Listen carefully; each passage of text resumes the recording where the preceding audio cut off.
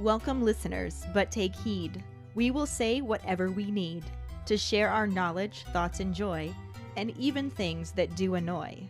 So join us now, but be aware, we have a tendency to swear. We'll dial it back a little bit. But frankly, we don't give a shit. Welcome to Just Keep Rolling, a Harry Potter book movie compare and contrast podcast. I'm Keighty, and my bright-eyed, bushy-tailed marmoset of a co-host is Ellen. And as a monkey, I will make like Madame Maxime and eat something out of your beard. Hey, those are my beard snacks. Go bother Hagrid. Or we could just keep rolling into the rolling rehash. Last week, we covered the second half of Chapter 22, the unexpected task and the corresponding film scenes. Ladies' man Rubeus Hagrid really knows the conversation topics to get all the ladies hot and bothered. The path to Madame Maxime's heart is paved with beard snacks. Victor Crumb is the Joey Tribbiani of the wizarding world, while Ron is definitely not. Fred Weasley could write a book on fail-proof ways to get a date.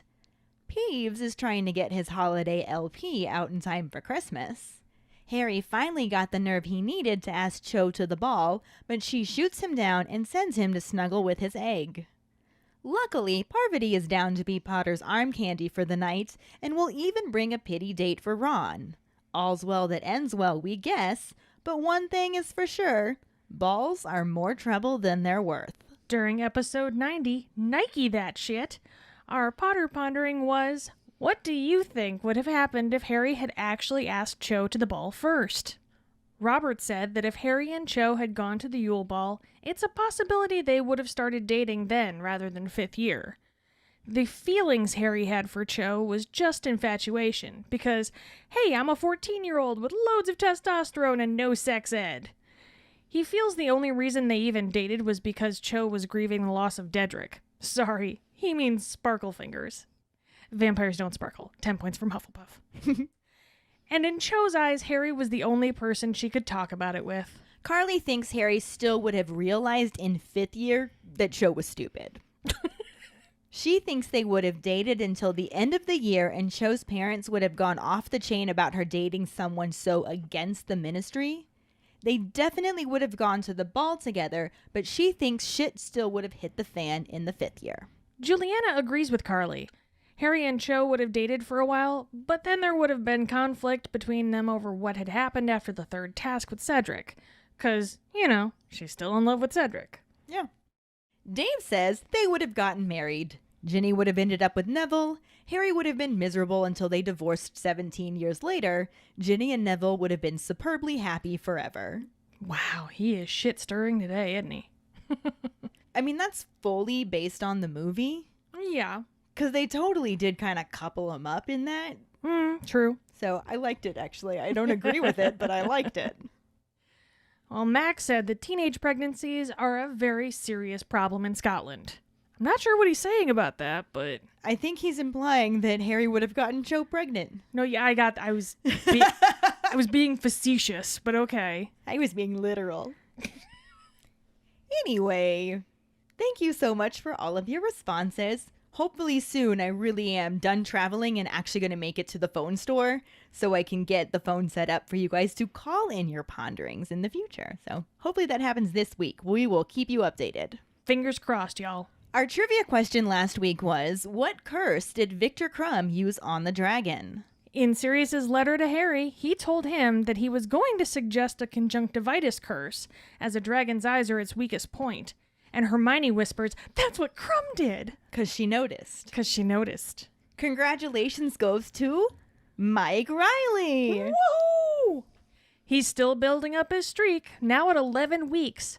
But this week, he had 2 people right on his heels. Oh yeah, both Robert and Sammy were literally 1 minute behind him. Maybe one of them will beat him this week. Maybe. For now, let's just keep rolling into the first half of Chapter 23, the Yule Ball and the corresponding film scenes. Chapter 23, The Yule Ball, Part 1. The fourth years are given a very heavy load of homework for the holidays, but Harry has no desire to work on it. spending the week leading up to Christmas enjoying himself as much as possible. The common room crowd is slightly smaller than usual, but also rowdier, and Fred and George had great success with their canary creams, leading to people randomly bursting into feathers for the first few days of the holidays, before learning to treat food offered to them with extreme caution. George confides in Harry that he and Fred are developing something else, and Harry makes a mental note to never accept anything from them in the future. Snow is falling thickly around the castle, and the house elves are busy making rich, warming stews and savory puddings, which only Fleur can find something to complain about, concerned that she won't fit into her dress robe since the food is too heavy. As Hermione comments on how she thinks a lot of herself, Ron tries to catch her off guard, again asking her who she's going to the ball with. Hermione still refuses to answer, and this time Malfoy overhears, expressing his shock that someone asked that long-mollered mudblood to the ball. Harry and Ron whip around, ready to fight, but Hermione waves to someone over Malfoy's shoulder, loudly calling hello to Professor Moody. Malfoy panics and looks around for the professor, and when he notices he's still up at the staff table, Hermione laughs and calls him a twitchy little ferret. The trio all laugh as they head up the marble staircase, and Ron notices that her teeth are different. She nonchalantly comments on how she wasn't going to keep the fangs that Malfoy gave her, and Ron reiterates that they are different from before that. Hermione gives a mischievous smile, and this time Harry notices that her teeth are very different from how he remembered them. She confesses that she let Madame Pomfrey carry on a bit more while shrinking them, admitting that her parents, who are both dentists, won't be pleased, but she's been trying to convince them to let her shrink them forever.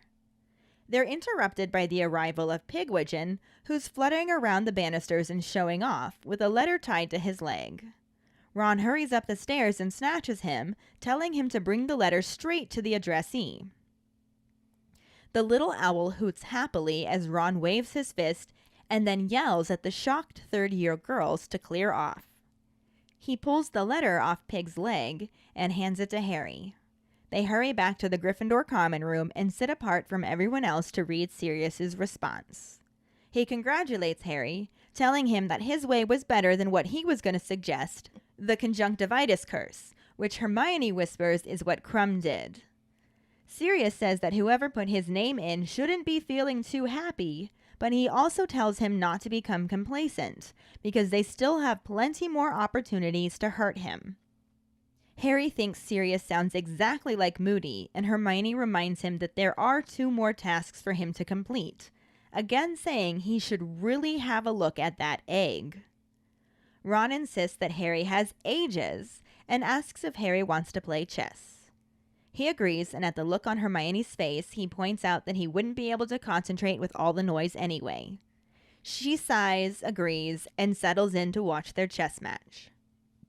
On Christmas morning, Harry awakes very suddenly, realizing that Dobby the house elf is leaning over him, almost nose to nose. He yells a startled, "Don't do that!" and Dobby jumps backwards, squeaking his apologies. Harry tells him it's okay, but asks him to just prod him in the future. His yell woke up the rest of his roommates, but they didn't really mind since they have presents to open. Dobby asks if he can give Harry Potter his present, and Harry says he can, then pretends he has something for Dobby, too. He quickly opens his trunk and pulls out a pair of mustard yellow knobbly socks that had once belonged to his Uncle Vernon. They're cushioning his sneakoscope, so he pulls it out and hands the socks to the little elf, telling him he's sorry he forgot to wrap them. Dobby is absolutely delighted, exclaiming that socks are his favorite clothes and he now has 7 of them. He then goes on to say that they made a mistake in the shop and gave Harry 2 of the same socks. Ron grins at this, but offers Dobby a pair of violet socks so he can mix them up properly. Plus, the hand-knitted sweater his mom made him. An overwhelmed Dobby begins profusely thanking and complimenting Ron for being great, generous, noble, and selfless, and Ron blushes before he's distracted by the present he just opened from Harry, a Chudley Cannon hat. Dobby then gives Harry his present, which also turns out to be socks that Dobby made himself. One is red with a pattern of broomsticks, and the other is green with a pattern of snitches. Harry isn't quite sure what to say about the odd socks, but says thanks and immediately puts them on, causing Dobby's eyes to tear up. The elf then has to leave to help make the Christmas dinner, and Harry goes on to open up the rest of his presents, which were much more satisfactory than Dobby's, with the exception of the Dursleys' gift of a single tissue. Hermione gave him a book called Quidditch Teams of Britain and Ireland. Ron gave him a bag of dung bombs. Sirius gave him a penknife with a lot of handy attachments. Hagrid gave him a huge box of sweets. And he got his usual package from Mrs. Weasley, with a green jumper depicting a dragon and a bunch of mince pies. The two boys meet up with Hermione in the common room and head down to breakfast together. They spend the rest of the morning in the common room where everyone is enjoying their presents, then head back to the Great Hall for lunch before heading out to the grounds to play in the snow. Hermione chooses to watch the snowball fight rather than participate. Then at 5 o'clock she says she needs to head in to get ready for the ball. Ron is shocked that she needs 3 hours to get ready and again tries to get her to tell them who she's going with, but she just waves and heads into the castle.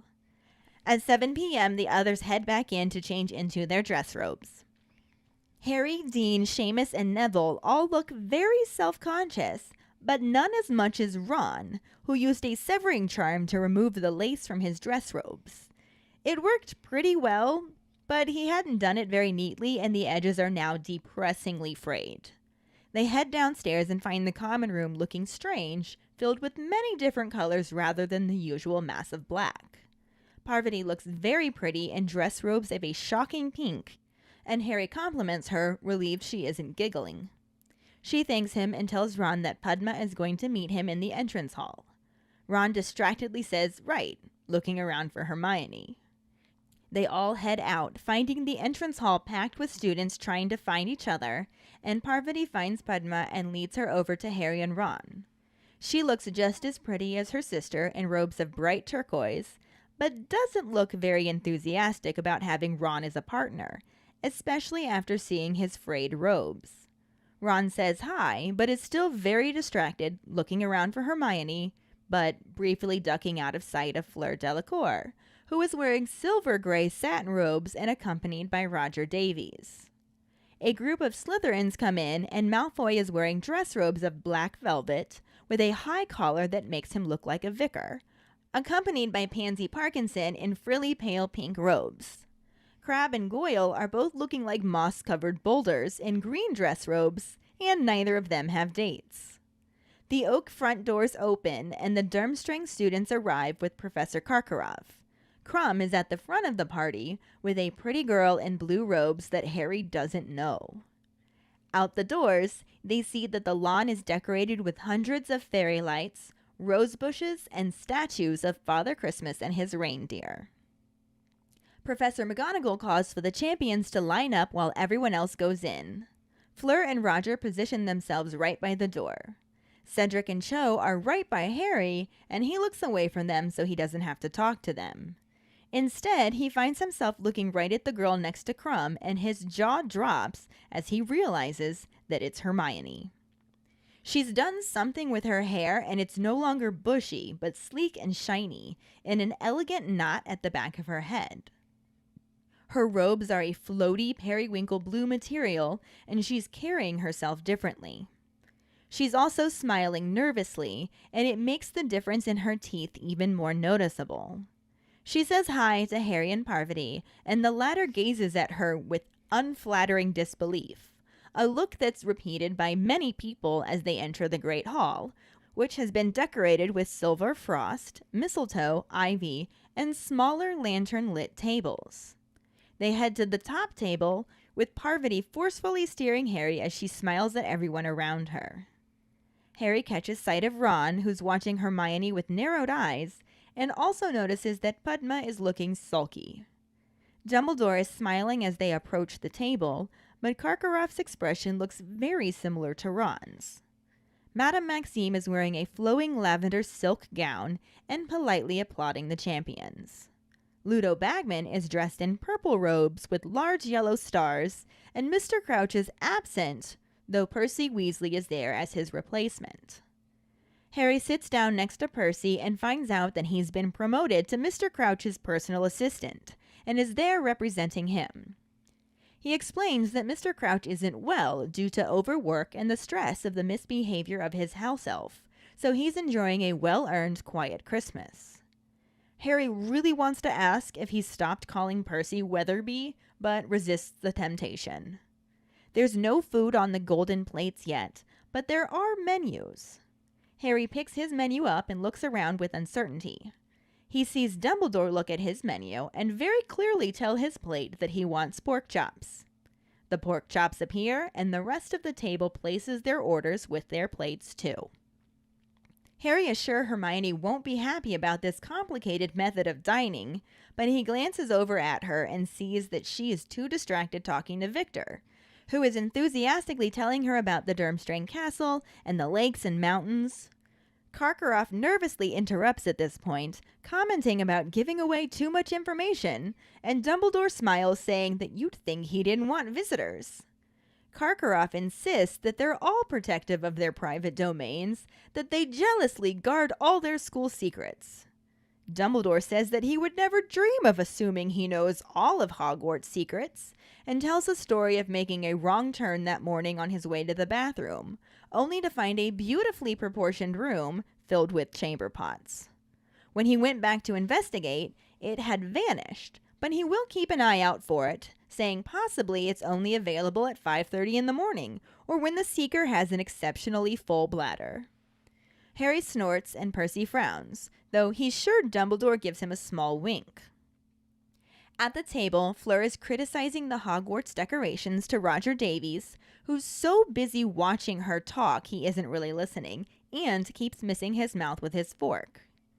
Harry looks around to see Hagrid in his horrible hairy brown suit give a little wave to Madame Maxime, and then hears Hermione trying to teach Krum to properly say her name since he keeps calling her Hermione. She breaks it down to Hermione, and decides he's close enough when he starts saying Hermione. After all the food has been eaten, Dumbledore stands and motions for the students to do so as well. He waves his wand and sends all the tables along the walls, clearing the floor. He then conjures a raised platform with drums, guitars, a lute, a cello, and some bagpipes, and the Weird Sisters troop up on stage to wild applause. They are extremely hairy and dressed in artfully torn black robes. Harry is so interested in watching them that he almost forgets he has to go dance, until Parvati hisses at him to come on. He trips over his robes as the Weird Sisters strike up a slow, mournful tune, and makes his way to the dance floor. Parvati seizes his hands, places one on her waist, and holds on tightly to the other. It isn't as bad as Harry had worried, with her steering, and soon so many people came onto the dance floor that the champions are no longer the center of attention. Neville and Ginny are dancing nearby, and Harry can see Ginny wince as Neville keeps stepping on her feet. He also sees Dumbledore dancing with Madame Maxime, and Professor Sinistra nervously trying to avoid Mad-Eye Moody's wooden leg as she dances with him. He passes Harry and tells him, "Nice socks," causing Harry to grin and inform him that Dobby the house elf knitted them for him. Parvati calls him creepy and says that eye shouldn't be allowed.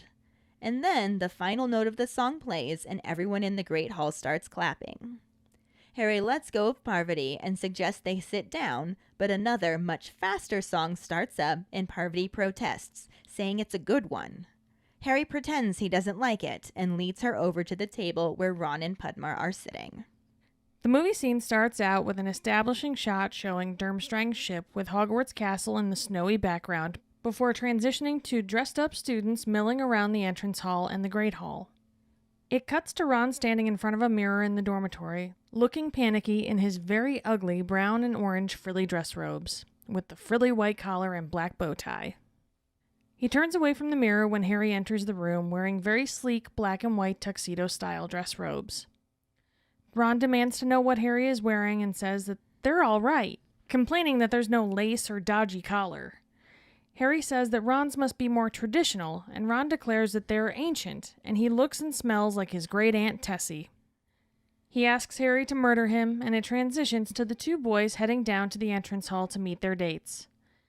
As they walk down the stairs, Ron talks to Harry about Hermione, thinking she is alone and crying in her room, still assuming that she doesn't actually have a date to the dance, because she wouldn't tell them who it was. Harry figures that was because they'd take the mickey out of her if she did, but Ron is still convinced she isn't going with anyone.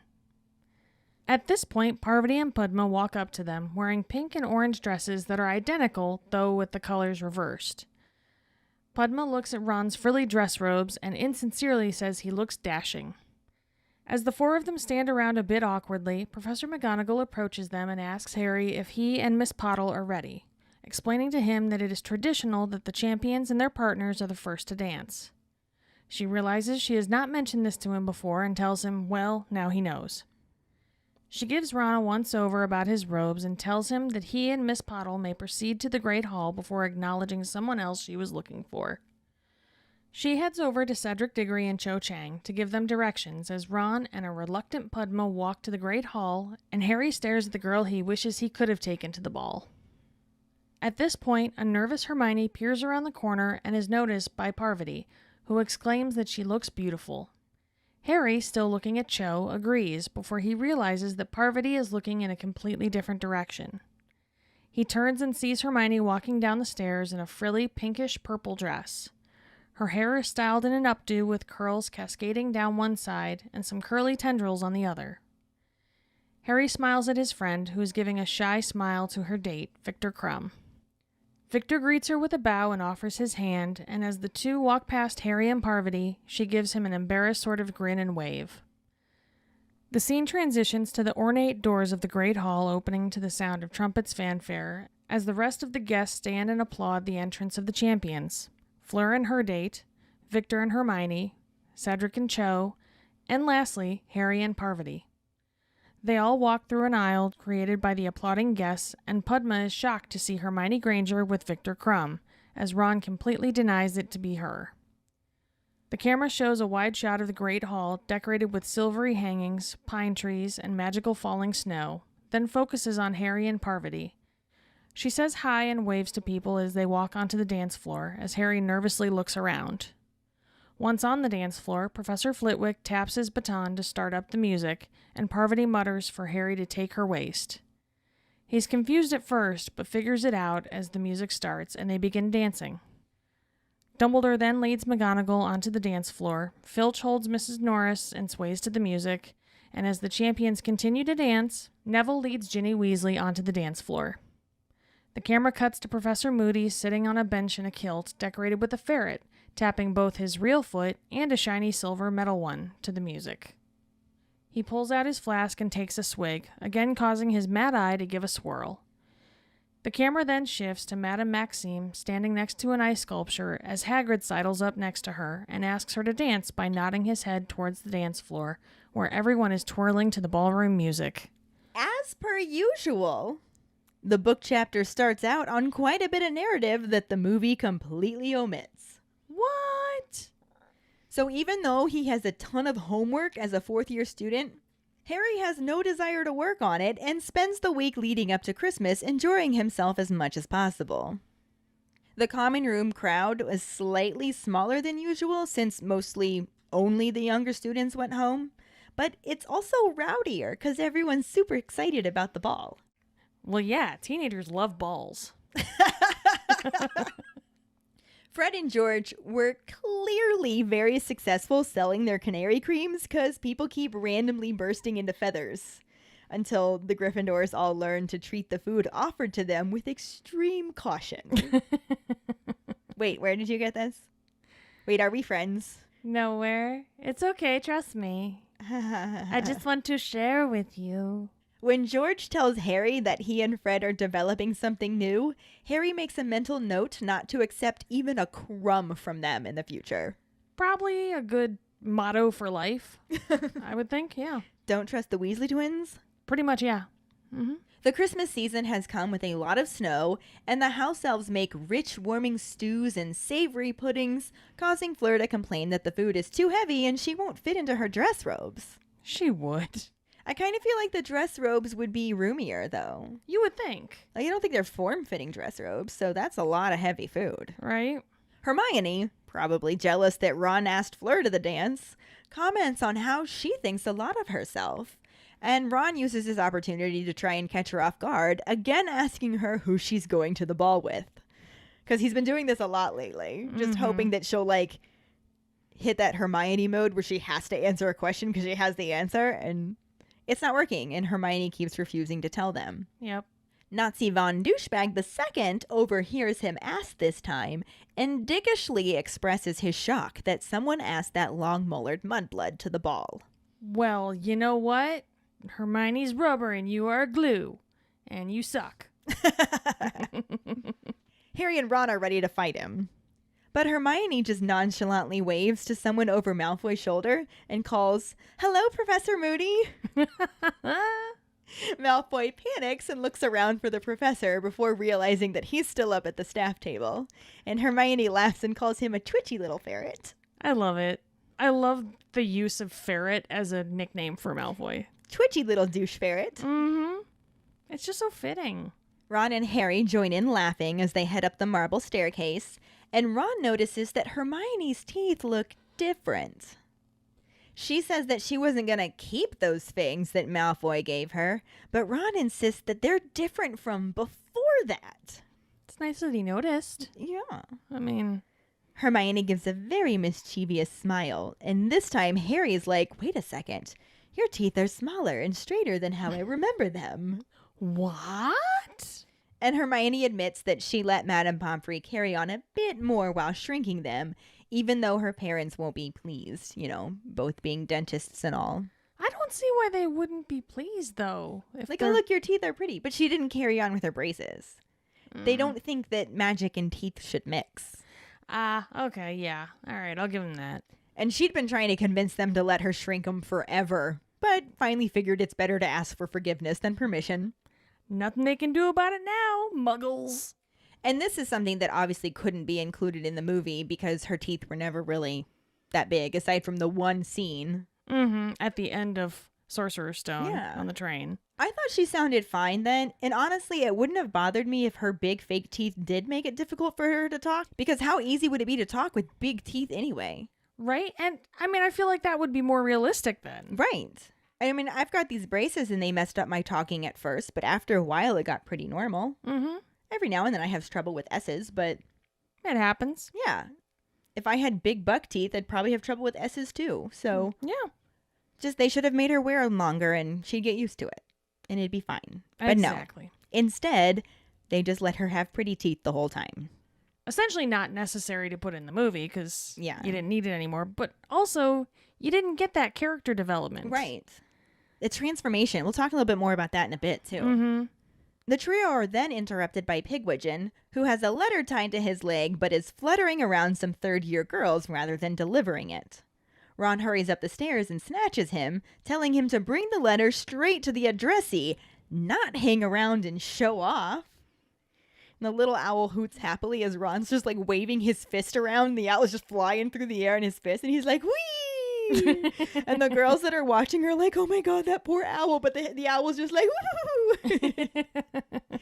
And Ron tells the girls to clear off and pulls the letter off Pig's leg and hands it to Harry. I love that Pig is essentially just a puppy at that point. Yes. Playing like fetch or whatever. Hurrying back to the Gryffindor common room, they sit apart from everyone else and read Sirius's response. He tells Harry that his way was better than what he was going to suggest, which was the conjunctivitis curse. Hermione whispers that was what Krum did. Which was our trivia question. Yep. Sirius also wrote that whoever put Harry's name in shouldn't be feeling too happy, but also reminds him not to become complacent because they still have plenty more opportunities to hurt him. And Harry thinks he sounds exactly like Mad-Eye Moody. Constant vigilance! Exactly. He wonders if they think he's just walking around with his eyes closed and bouncing off walls. Wait, he's not? could have fooled me. Right? Hermione points out that there are 2 more tasks for him to complete and again tells him that he really needs to look at that damn egg. Does he? He needs to do what now? Can you say that again for me? He really needs to look at that damn egg. Oh, that's my new favorite thing I've ever heard you say. Well, I'm happy to entertain you, I guess. Well done. Ron insists that Harry has ages before the next task and instead asks if Harry wants to play some chess. Harry agrees, and when she gives him a disapproving look, tells Hermione that he wouldn't be able to concentrate with all the noise anyway. She sighs, but agrees, and settles in to watch their chess match. Boy, what a pushover. Right? Harry wakes up very suddenly on Christmas morning because Dobby the house elf is leaning over him nearly nose to nose. Startled, he yells, "Don't do that!" And Dobby jumps backwards, squeaking that he's sorry, he just wanted to give him his Christmas present. Aww. Harry tells him it's okay, but requests that he just prod him or something in the future. His yell woke up the rest of his dormitory, but they get over it pretty quickly when they see they have presents to open. Yay, presents! Dobby asks if he can give Harry Potter his present, and Harry says of course he can, and lies, pretending that he has something for Dobby too. He quickly opens his trunk and pulls out a foul pair of mustard yellow socks that had once belonged to his Uncle Vernon. Ew. They're all knobbly now from cushioning his sneakoscope, but he pulls the untrustworthy detector out of them and hands the socks to the little elf, saying he was sorry he forgot to wrap them. Sure he did. Mm-hmm. Doesn't matter to Dobby, though. He's absolutely delighted because socks are his favorite clothes. He tells them that he now has 7 of them. I love Dobby.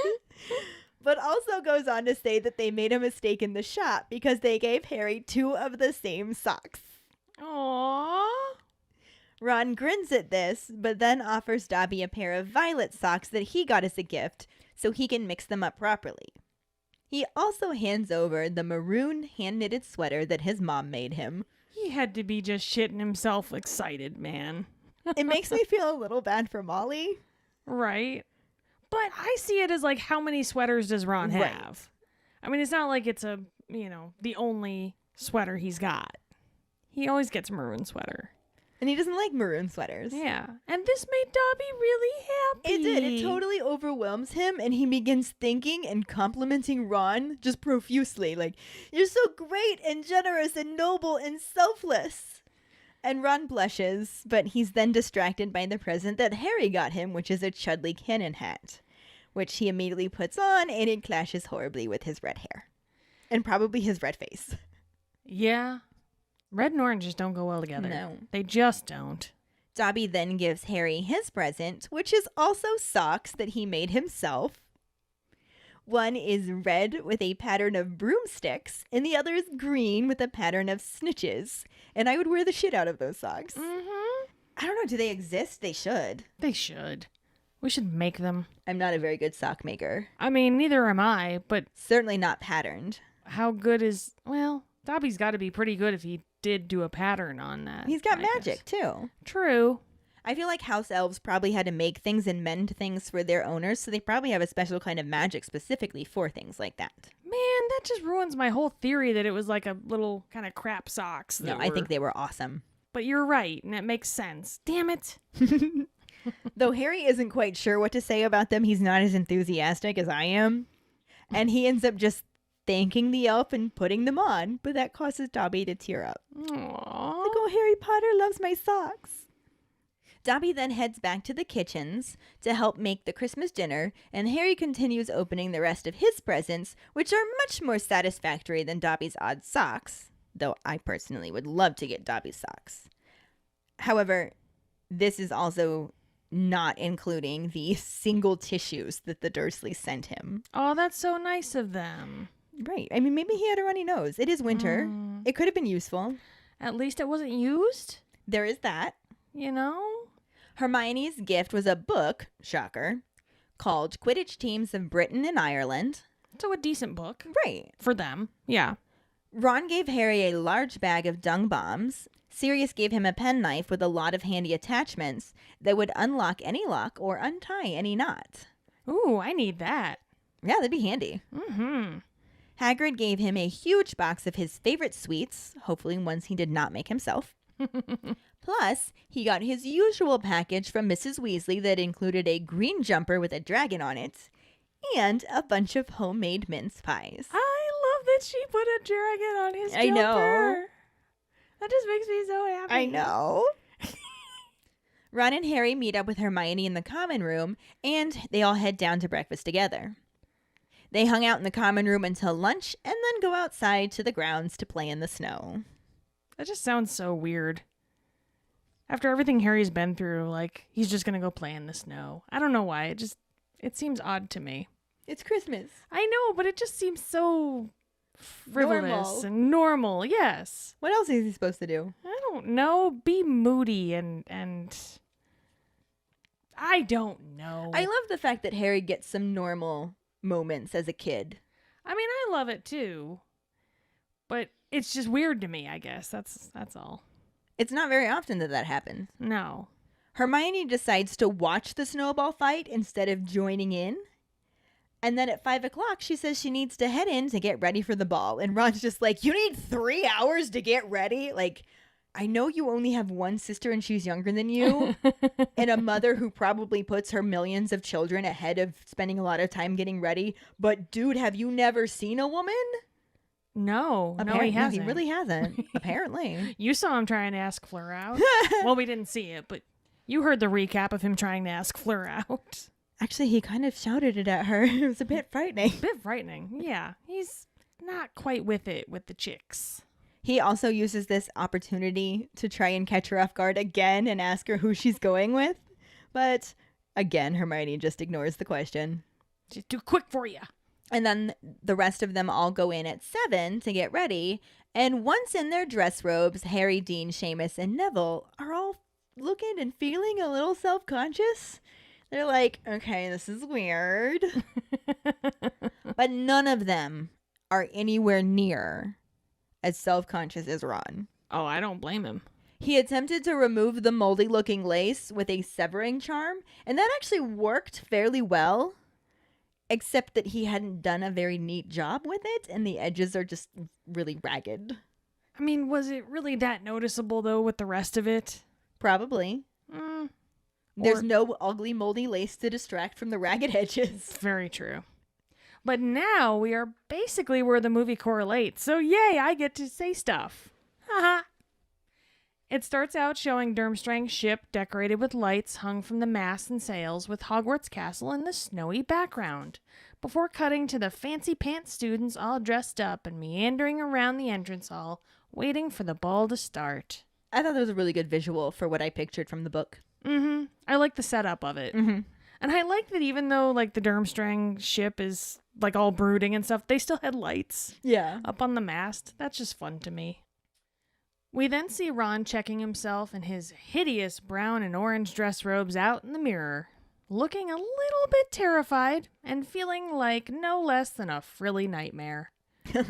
Considering Ron has been such a huge dick the whole movie, they feel more like some form of, I don't know, like a garish kind of karma than anything else, really. And unlike in the book, he doesn't bother to remove the lace. He embraces it rather than delaces it. Go to your room, Ellen. Go to your room now. Jesus Christ. Wow. It rhymes. Oh, yeah. Yeah. That's one thing it does, sure. Uh-huh. Embraces, not delaces. Moving on. Ron's last small bit of hope that all dress robes are fugly as hell is dashed when Harry enters the room looking as dapper as an awkward 14-year-old with a terrible haircut can in his sleek black and white tuxedo-style dress robes. He demands to know why Harry doesn't look like he's been shit on by a blast-ended Scroot, but all Harry can do is shrug. Because really, what do you say at that point?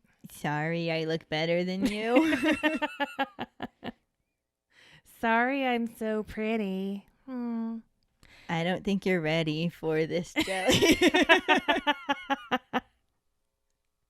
How much jelly does Harry really have? And do we want any of it at this point? I don't think we do. Harry says that Ron's must be more traditional, and Ron declares that they are ancient and proceeds to insult his great aunt Tessie, who I'm sure is a lovely woman. Probably. You know? But he complains that the robes have a very distinct look and odor to them, reminiscent of her. I'm genuinely a little bummed that they created a great Aunt Tessie rather than throwing his great Auntie Muriel under the bus. Right? At least use an actual character. Right? Damn.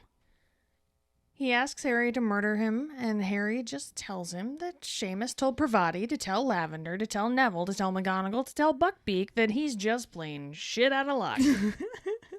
And they head down to the entrance hall to meet their dates. What? Please don't make me say it again. In the book, they head down to the common room, which looks strange since it's filled with many different colors instead of the typical all black of their robes. This is where Harry finds Parvati, looking very pretty in hot pink dress robes, and he's relieved that she isn't giggling. Although she isn't really the worst of the gigglers between her and Lavender. Mm-hmm. But he awkwardly tells her that she looks nice, and she thanks him before telling Ron that Padma is going to meet him in the entrance hall. Ron's like, all right. Because he's so distracted looking around for Hermione, he's barely paying attention to anything else going on. He doesn't see her, and they all head to the entrance hall, finding it packed with students trying to find each other. The movie plays this a lot differently. Because instead of looking for Hermione as they walk down the stairs, Ron talks to Harry about Hermione in an attempt to make himself feel better about looking like a giant ginger turd, thinking that she's all alone crying in her room since she doesn't actually have a date to the ball. He figures that's why she wouldn't tell them who her supposed date was, while Harry supposes that was because they'd mock the shit out of her if she did. But Ron's convinced that she's just dateless. Ron. Parvati finds Padma, looking just as pretty, in bright turquoise robes, and leads her over to Harry and Ron. She also doesn't look very enthusiastic about having Ron as a dance partner, especially after seeing his frayed robes. She should have seen the lace. Right? Oof. Ron manages to say hi to her, but he doesn't even look at her because he's still looking around for Hermione. Dude, focus, man. He briefly ducks out of sight when he sees Fleur Delacour, who's dressed in silver gray satin robes and accompanied by Roger Davies. At this point in the movie, Parvati and Padma meet them at the bottom of the stairs wearing some truly god-awful pink and orange dresses that are identical, though with the colors reversed. And the thing about that is Indian garb is gorgeous. Mm-hmm. Those girls, the reason why I know how to properly pronounce their names is because of an Indian woman on Twitter. Mm-hmm. And she also made this comment about how she bets those actresses had prettier dresses in their closet that they could have worn. Instead, they put them in those monstrosities. I bet they had prettier dresses in their garbage. Honestly, like, they're hideous. They were not good. They're so bad. I would have loved to have seen the hot pink and the turquoise. Mm-hmm. I would have loved that. Not to mention the ladies' dress robes in general. Exactly. I'm sure we'll talk more about that as well. Mm-hmm. Padma's eyes widen to take in the uniqueness of Ron's frilly dress robes. And she very insincerely says that he looks dashing. You look dashing. So at least she's more polite than he is, though. There is that. So... The book also includes details on some other people attending the ball with the arrival of a group of Slytherins. Mm-hmm. Harry notices that Nazi von Douchebag II is wearing black velvet dress robes that have a high collar and make him look like a vicar. That's so extra. I know! So extra.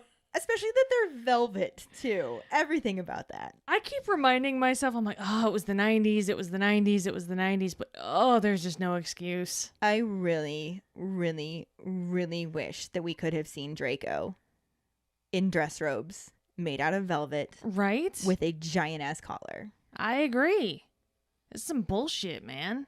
He's accompanied by Pansy Parkinson, who's wearing frilly, pale pink robes. Sounds lovely. Mm-hmm. And Crabbe and Goyle are also with them, both looking like moss-covered boulders in their green dress robes, but Harry is pleased to see that neither of them have dates. It's interesting that he would assume that they are not each other's dates. That is very assumptive. I like to think that they are. Right? I mean, it's gotta be someone for everyone. Right? Why not Crabbe and Goyle? Why not? Their names go well together. They do. The Crabbe Goyles. Maybe Goyle Crabs. Yeah, there you go. That sounds like a new species of marine life. Yeah. Anyway, the front doors then open and the Durmstrang students walk in with Professor Karkaroff. Crumb is leading the party with a pretty girl in blue robes that Harry doesn't recognize. Or does he? Or does he? Oh, da-na-na-na. Through the open doors, they see that the lawn's now decorated with hundreds of fairy lights, rose bushes, and statues of Father Christmas and his reindeer. Sure. As long as it's not one of those giant blow-up ones. Right? Classy. That just gave me the best mental image, though. Professor McGonagall beckons the champions, and they form a line while everyone else goes into the Great Hall. Professor McGonagall does approach them in the movie as well, though she asks Harry if he and Miss Paddle are ready. And when Harry inquires what they should be ready for, McGonagall tells him that it is tradition for the champions and their partners to dance first at the ball. He tells her that she had not mentioned this cute little factoid before, and she responds with, "Well, now you know." Which is not how it was set up in the book. No. Since she definitely informed him that he needed to have a partner to dance with. And made it very clear that he wasn't getting out of that one. Yeah, but in the movie, they don't do stuff from the book. Silly Ellen. What? Also in the movie, McGonagall eyes Ron's robes with something akin to shock? Maybe revulsion? A little of both. Why not both? Why not both? Sure, yeah. A nice little mixture. Shockvulsion? Ooh, I like it. Yeah. Sounds salacious. And it's definitely something that I would look at Ron's robes with. So, yeah. Shockvulsion. Shockvulsion. I got it. But she tells him that he and Miss Pottle may go into the Great Hall with the other students before making a quick getaway to direct Cedric Diggory and Cho Chang to their places.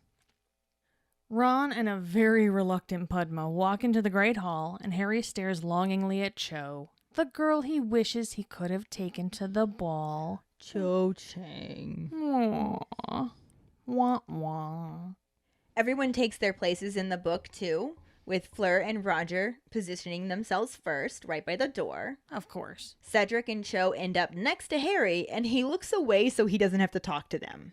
I mean, that's how I deal with people, with like those mall kiosk people, is I just look at everything. Blinders. I look at the complete opposite way, whatever it is. Hey, look, there's a sale at the sports store. I really care about this. I don't care. But this is slightly different from his mooning over her in the movie. Yeah, he's just blatantly trying to avoid looking at them so he doesn't get stuck talking to them because that would be awkward as fuck.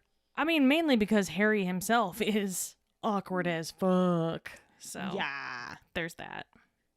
Instead, he looks right at the girl next to Crumb and is shocked to realize that she is Hermione. What?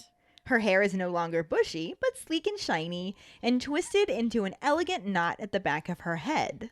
She's wearing dress robes of a floaty periwinkle blue material, and likely due to the absence of a ton of books, she's carrying herself differently.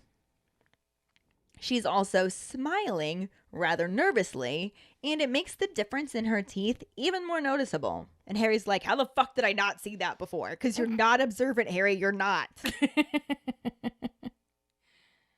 And all of this is different from the film for multiple reasons. For one, as we mentioned, Hermione's teeth were never over large, so there was no huge transformation there. Right? Also, her hair was never bushy enough for her hairstyle in this scene to make any huge difference either. Mm-hmm. Not to mention the fact that it wasn't remotely a sleek knot at the back of her head. Yeah. And on top of that, she got more of a grand entrance rather than Harry not even recognizing her at first. Because in the movie, she nervously peers around the corner and is noticed by Parvati, who exclaims that she looks beautiful, despite not really looking very different than any other time aside from the ugly pink dress and the updo. The dress is terrible and not remotely floaty periwinkle dress robes. It's horrible. It's so bad. And honestly, I don't mind the color of the dress. Like, if they felt like that color was more flattering on her, that it stood out more from all of the bluish white decorations, that's fine. I could accept that. The dress itself was a terrible style for a young teenage girl. It's Number one. Gross. Number two, ruffles are awful. Mm-hmm. We're over here like freaking out about Ron's ruffles, but then they go and put a shit ton of them on Hermione too. Right? And number three, it's not dress robes. And I really wanted to see the dress robes. Yeah. I loved the whole concept of magical clothing and them not dressing like muggles and them struggling to dress like muggles. Mm-hmm. So I don't understand why they were always fucking dressed like muggles in the movies. See, the movie version of Hermione's glow up, or as the kids say nowadays. I don't think they say that anymore. Oh, shit. As the old people who think they're cool say nowadays. Yep. As I just did. It's like in all the teen movies in the 90s where literally it was the nerd girl and they just took off her glasses and they were like, oh my God, she's so beautiful. It was the equivalent of that. I wanted to see the transition. I wanted the From Princess Princess Diaries. Diaries. I wanted the Princess Diaries transition. I did. Huge frizzy hair that breaks brushes into sleek and beautiful. That was a huge transformation. Yeah. That is visual. And it's movies. It's a movie. You can go so visual with that. But they all Hollywoodized Hermione ahead of time and they made her beautiful. And she is beautiful. And that's fine. Hermione can be pretty. But she didn't care that much about it. So she didn't bother styling her hair. She should have had big teeth that got fixed. And she's just constantly loaded down with books. So this should have been a change. And it wasn't. She was in an ugly dress. Yeah. That was it. That was it. Rah. So you took already pretty Emma Watson and just put her in an ugly dress. And expected us to be like, oh, she's so beautiful. And we're just like, what the fuck is that dress? Right? Those aren't dress robes. It's not blue. And it's frilly. I don't What like the frilly. fuck? Come on, Anyway, guys. though. Moving on. We got to get off this topic or we're never getting off this topic. You know what I mean? But Harry, who is still looking at Cho at this point in the movie, agrees with Parvati while thinking that his date might not be so bad if they can just discuss hot chicks the whole time. Right? Yeah, right? Yeah. What's up, Hey, Parvati? You're right. But his hopes are dashed as he soon realizes that Parvati is looking in a completely different direction. Which gets a similar gist to the book, though way more positive. Because when Hermione says hi to Harry, Parvati just gazes at her with unflattering disbelief. Yeah. As opposed to any kind of complimentary acknowledgement. She looks beautiful. No, it's just like, huh? Yeah. I imagine like a mean girl stare. Like, what is she doing? Like, how? No, that's not. What? Who does she think she is? Oh my God. In the movie, Harry turns and sees Hermione descending the stairs in a frilly pinkish purple monstrosity. I mean, dress. I guess that's what we're calling it in this episode. Her hair is styled in a curly updo, and it is, to be fair, the closest she comes to looking like book Hermione since the first movie, which, granted, isn't really saying much. Yeah, I didn't really picture the elegant knot having so many loose curls, but it definitely was far sleeker than Hermione's hair was always described to be in the book. Just didn't really look extra sleek compared to her movie hair. Yeah. But if she would have had book hair the whole time, that hairstyle would have looked pretty sleek. Agreed. In comparison. So, but moving on. We're not going to get on this again. Harry smiles at his friend, who is giving a shy smile to her date, Victor Crumb. What? Oh my God! It's a man! A man? She's got a date with a man! Oh my stars! Meanwhile, she's trying and failing to play it cool. But she seems to be a kiss on the hand away from becoming a girly puddle of goo at the bottom of the stairs. I mean, I would have too in that situation. Right. He's so, Grumpy. grumpy. And dashing. And brooding. And brooding. Oh, we love the brooding. And muscly. Mm-hmm. And he has an entourage of girls, but he picked me. Yeah. I'm going to make the same noises that I made fun of the girls who follow him around for making. Victor greets her with a bow and offers his arm, and as the two walk past Harry and Parvati, she gives him a Twitter-pated sort of smile and wave. So it really does leave out the less than flattering look Parvati gives her in the book, like we said before. That look is also repeated by many other people as the champions and their dates all enter the Great Hall. Mm-hmm. They make their way up to the top table, and Harry concentrates on not tripping as Parvati forcefully steers him and smiles at everyone around her. Sounds like she practiced. Probably. Mm-hmm. I'm totally Harry in that moment, too. Walking through a group of people, it's like, don't trip, don't trip, don't trip. Mm-hmm. Harry notices that Ron is watching Hermione with narrowed eyes and also sees that Padma is looking quite sulky. As they approach their table, Dumbledore is smiling, but Karkaroff's expression looks very similar to Ron's as he looks at Victor and Hermione. Interesting. Madame Maxime traded her all black for a flowing lavender silk gown and is politely applauding the champions.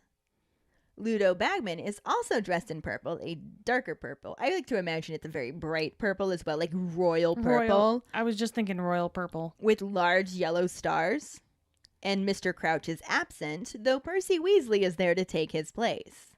Of course, we don't see any of them in this scene. But Ludo Bagman wouldn't be there even if we did, because there's no Ludo Bagman in this movie because the movie sucks. No. Anyway, Percy pulls out a chair for Harry, so he sits down next to his friend's brother and learns that he'd been promoted to Mr. Crouch's personal assistant and is there representing him. Apparently, Mr. Crouch isn't doing very well, what with being overworked and dealing with the stress from the misbehavior of his house elf Blinky or whatever. Thank God Hermione can't hear him. Yeah. But anyway, Harry learns that Crouch is supposedly enjoying a well-earned, quiet Christmas, but all he really wants to know is if he's stopped calling Percy Weatherby. I'm quite curious myself. Right? I think we learn later that he hasn't, but yeah. Harry resists the temptation to ask and instead looks around the table. It just seems like his promotion was just some bullshit thing that Crouch was like, God, I really don't want to go to this thing. Who can I get to go for me? Who's here? You, hey, I promoted you. Well, in reality, it's something else entirely, but we will talk more about that later. Yes, true. And none of this is included in the movie. Did I mention that? Because once or twice. I feel like I say it a lot. And I feel like I'm not done saying it. Probably not. The scene just transitions to the ornately decorated doors of the Great Hall opening to the sound of trumpets' fanfare as everyone stands to applaud the entrance of the champions. Fleur and Roger Davies. Though the only way you could possibly know that is if you read the books or the credits. Right? Yeah, they were followed by Victor and Hermione, Cedric and Cho, and lastly, a somewhat green around the gills Harry and Parvati. Mm-hmm. They all walk down the aisle created by the applauding students and staff, and Padma incredulously points out that Hermione Granger is with Victor Crumb. What? What? Ron, who has just discovered his favorite river in Egypt, completely refuses to believe that is her. So it gives us a little taste of the disbelief from the book. Though Book Ron is far less in denial and more so just plain vexed. Yep. We then see a wide shot of the Great Hall in all its wintry splendor, decorated with silvery hangings, pine trees, and magical falling snow, before the camera focuses on Harry and Parvati. She waves to people and says hi as they make their way onto the dance floor. Harry is definitely about to blow some serious chunks as he looks around the crowd nervously. In the book, before they start up the dancing, they have a full dinner. However, there aren't a ton of details about it. Just that the golden plates are empty of food, but there are menus, though no waiters. Harry picks up his menu and watches Dumbledore very clearly inform his plate that he would like pork chops. I love that. I know. I need that plate. Right? When the pork chops magically appear, the rest of the table places orders with their plates as well. That would be really freaking cool. Right? I wonder if you could get stuff that was actually off menu. Like, I just want an ice cream sundae. Right? And then the plate's just like, you're shit out of luck. Sorry. Not on the menu. We do get more details about some of the things going on during dinner. Harry looks over at Hermione, sure that she wouldn't be happy about all the extra work this must be creating for the house elves. But she's so distracted talking to Victor that she doesn't even notice. Well, suddenly our morals are just out the window, Right? aren't they? Victor is enthusiastically telling her about the Durmstrang Castle and how they don't get to enjoy the lakes and mountains as much when it's cold. But he's then interrupted by a nervous Karkaroff who doesn't want his student giving too much away about where they're located. That's so cute that he's like so excited to talk to her, though. I know. It makes me kind of sad because we'll get to it later, but the way that she portrays their relationship in the movie is quite different than this. Yeah, I'm not a fan. Dumbledore smiles, saying you'd think he didn't want visitors. And Karkaroff insists that they're all very protective of their private domains, jealously guarding all of their school secrets. And Dumbledore's just like, I wouldn't even dream that I know all of Hogwarts' secrets. And he tells them that just that morning he made a wrong turn on his way to the bathroom, only to find a beautifully proportioned room filled with chamber pots. Maybe he should have looked harder for indoor plumbing. Just saying. Maybe. When he later went back to investigate, it had vanished, but he plans to keep an eye out for it, saying possibly it's only available at 5:30 in the morning or when the seeker has an exceptionally full bladder. Both of those are very valid options. Right? Harry snorts and Percy frowns, but Harry is sure that Dumbledore gave him a small wink.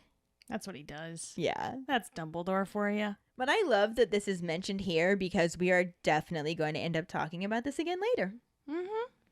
Little subtle foreshadowing. Super fun.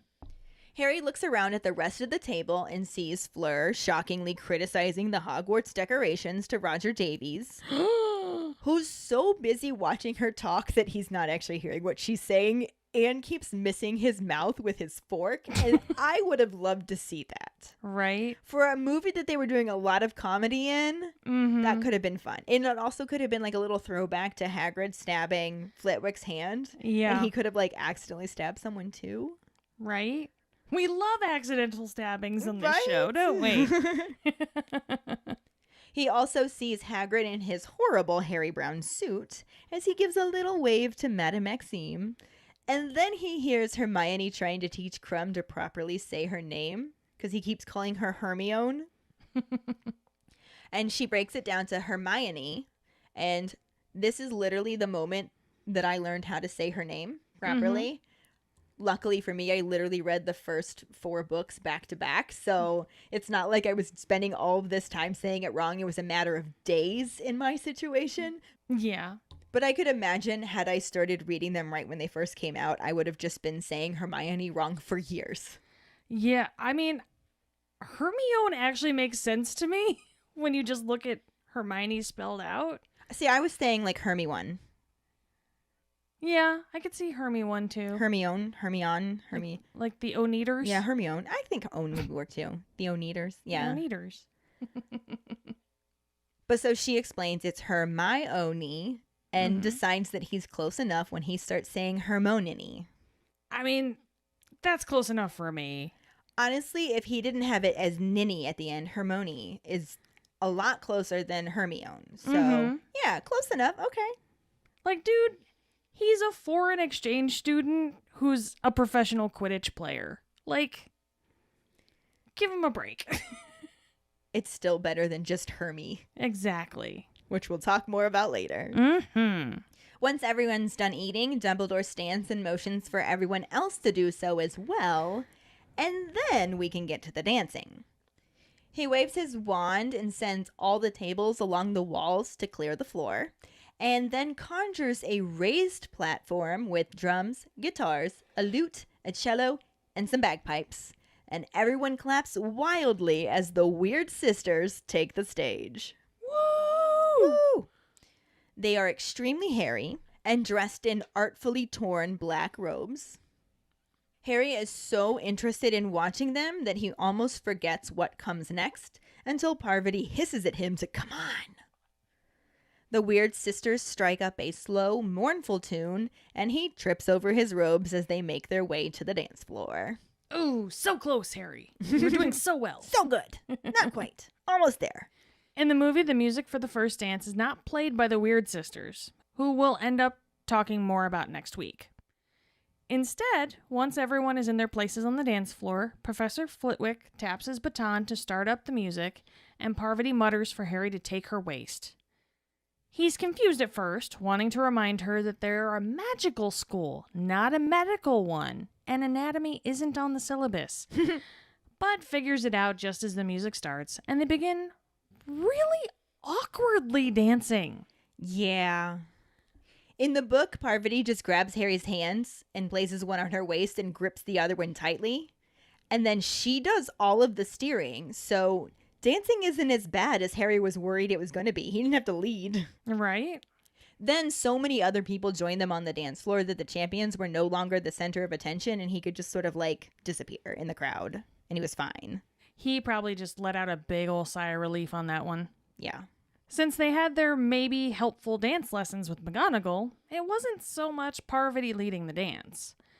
The champions and their dates do a few weird moves and a lifty type thing before Dumbledore then leads McGonagall onto the dance floor to show these little bastards how it's done.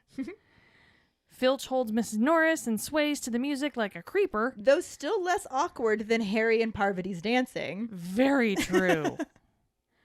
Like, even the ones you could tell were doing the dance properly, it still looked awkward as fuck. It was just a weird dance. Yeah.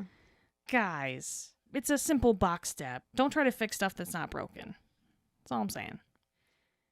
But as the champions continue to dance, more couples join them, including Igor Karkaroff and a tiny but severe-looking woman. Mm-hmm. Like, I have no idea who that was, but... I have a theory. Yeah? Yeah, we'll get there. Okay. Moving on.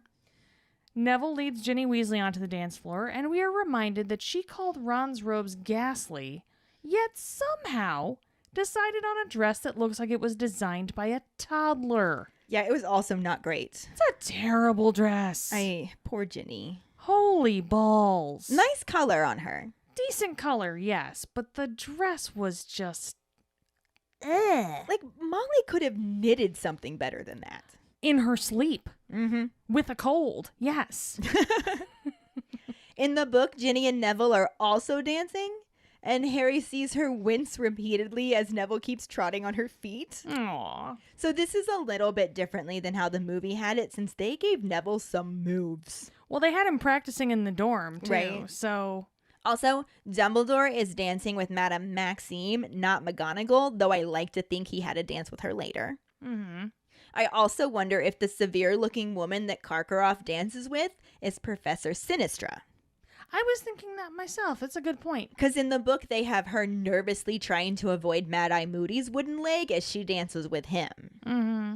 And they pass by Harry, and Moody creepily uses his X-ray vision to look through Harry's robes. Ew. He comments on his socks, causing Harry to grin and explain that Dobby the house elf knitted them for him. Parvati also finds this creepy and says that eye shouldn't be allowed. But he literally looked through his robes to see his socks. Like, think about it. Yeah. I'm sorry, you just like broke glass in my head that I really didn't want broken. Sorry. I didn't even think of it that way. I thought, like, I don't know. I thought his shit hiked up or something. You could see his, like, what? X-ray vision. Oh, I don't like that. Good thing Dobby didn't knit him boxers. Right. Well. Ugh. Huh. Okay. In the movie, we're surprisingly somewhat less creepy. What? This is crazy. Professor Moody isn't dancing, but we do still see him sitting on a bench in a kilt decorated with a ferret, making it one of the best short-term callbacks to date. I like to think it's a former student. Right? He's tapping both his real foot and a shiny silver metal one to the music that was likely playing in his own head. Minor note of the fact that he has a metal leg, not a wooden one like in the book. Well, maybe it's his dress leg. Maybe. You don't know. He might have legs for all occasions. Legs for days. Legs for days. Maybe he's got one that's like in fishnets for sexy times. These or are my something. dress gams. Yeah. Mm-hmm. These are my intimate legs. This is weird now. Moving on. Anyway, he pulls out his flask and takes a swig, again causing his mad eye to shiver in its socket. Does a little dance. Woo. Yeah, that's definitely not pumpkin juice. Oh, definitely not. Definitely not. There's no way in hell.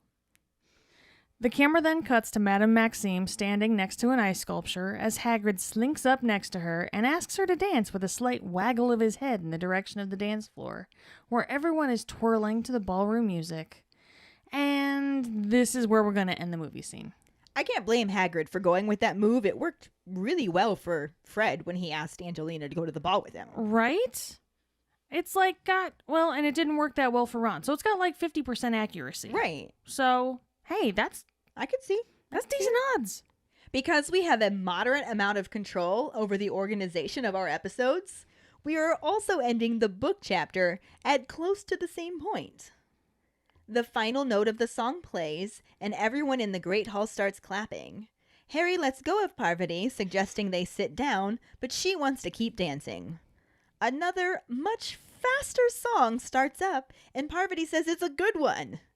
Harry just flat out goes, nope, don't like it, and leads her over to the table where Ron and Padma are sitting. And here. Yep. We don't really have anyone to talk about actor-wise, so we're just going to skip right to our Potter pondering. Which is, what are your thoughts on how they changed the dress robes to look more like tuxedos and just blatantly put the girls in some rather ugly dresses instead of robes? I feel like you have thoughts on this. I think we already shared our thoughts, so we want your thoughts. Find the post on our Facebook page and share them with us. Yeah, we really look forward to reading them. This will bring us to our Sorting Hat story, which is from Ashley Casimir. She writes, I'm a Ravenclaw, but I'm also a hat stall between Hufflepuff. My wand is willow tree wood with a phoenix feather core, and my Patronus is also a phoenix. My uncle took me to see the first movie when I was 11, and I've been obsessed ever since. I started reading the books after the fourth movie came out, and I was discussing it with a teacher who was telling me just how much the movies left out. That curiosity led me to read the books, and I'm so glad I listened to him. I've since decorated my apartment with a bunch of Harry Potter memorabilia. Nice. Yeah. Thanks for sharing your Sorting Hat story with us, Ashley. Yeah, thank you. And if any of you other keepers out there listening would like us to read your Sorting Hat story on a future episode, you can email it to us at justkeeprolling@gmail.com. Let us know your house, wand, Patronus, how you got into Harry Potter, and anything else that you might want to share with us. Or you can just message it to us over social media. Yep, there's that option too. And now for the trivia question. This week we are looking for a very specific answer. Where exactly is the prefect's bathroom? The first one who responds with the correct answer and the code word #PineFresh will get a sticker. Another way to get a sticker is to rate and review us through iTunes or Facebook. Make sure to email us at justkeeprolling@gmail.com to let us know you did, and we'll get back to you to figure out which sticker you want and where to send it. Don't forget to find us and follow us on Facebook at JKR Podcast and Twitter and Instagram at JustKeepRolling. Following us on Podbean at justkeeprolling.podbean.com will get you the episode as early as possible and give you a leg up in answering the trivia question. Make sure to check out our website at justkeeprolling.com, and don't forget to subscribe to our YouTube channel. If you would like to help us continue creating more content, you can support us as a patron and get extra perks on patreon.com/justkeeprolling. As always, any support you can give is greatly appreciated. And join us next week when we talk about the second half of Chapter 23, the Yule Ball, and the corresponding film scenes. Thanks for listening. We hope you hear us again. I'm Katie. I'm Ellen. Until the next time, Just keep rolling.